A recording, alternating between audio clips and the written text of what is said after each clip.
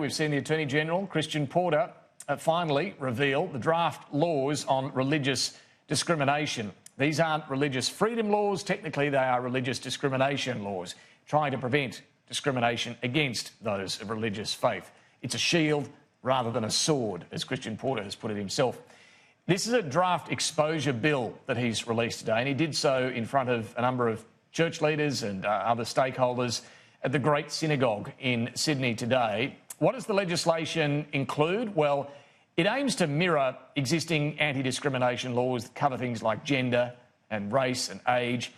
Christian Porter describes this, as I say, as a shield, so it wouldn't allow positive discrimination for those of religious faith to be able to say and do whatever they like. But if they are facing discrimination, this is what the laws are aimed at preventing. Have a look.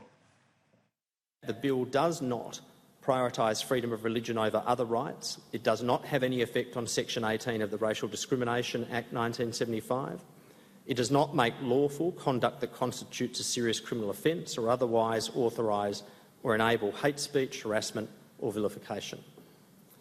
The bill instead accepts as its starting point that the right to free religious expression, like other rights, exists in perpetuity and indivisibly with our human existence. What would these laws mean if passed in a case along the lines of Israel Folau? Of course, the religious discrimination case that has certainly been so prominent in recent months.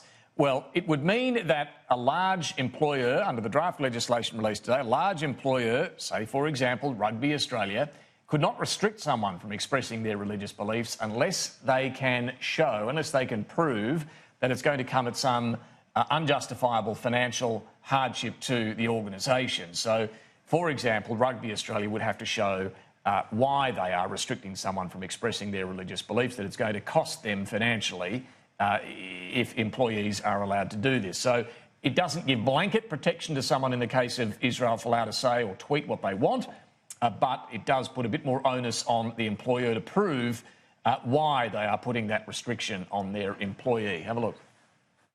A large organisation in Rugby Australia's position might argue that its restrictive rule was necessary to protect its brand and so avoid unjustifiable corporate hardship and was otherwise reasonable in all the circumstances. Someone in Mr Folau's position would likely argue the opposite, that this provision offers a procedure to engage a protection. Now, unlike some other areas of anti-discrimination, there is an exemption in the draft bill that's been released today, an exemption for religious institutions, particularly we're talking about church-run schools, be they Catholic, Jewish, Islamic schools.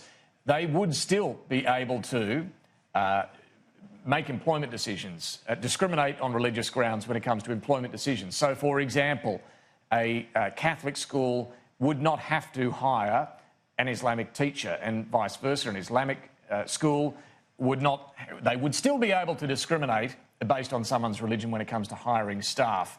We're going to talk more to Christian Porter about all of this, because with any law there's always the potential for unintended consequences, and this is a particularly complicated area indeed. So we'll get into all of this with the Attorney-General. That's going to be at 4 o'clock Eastern Standard Time this afternoon, so a little later this afternoon, about an hour and 20 minutes from now. This is a draft exposure bill, as I say, at the moment. Next week we'll see the start of roundtable consultations on this in a more formal way.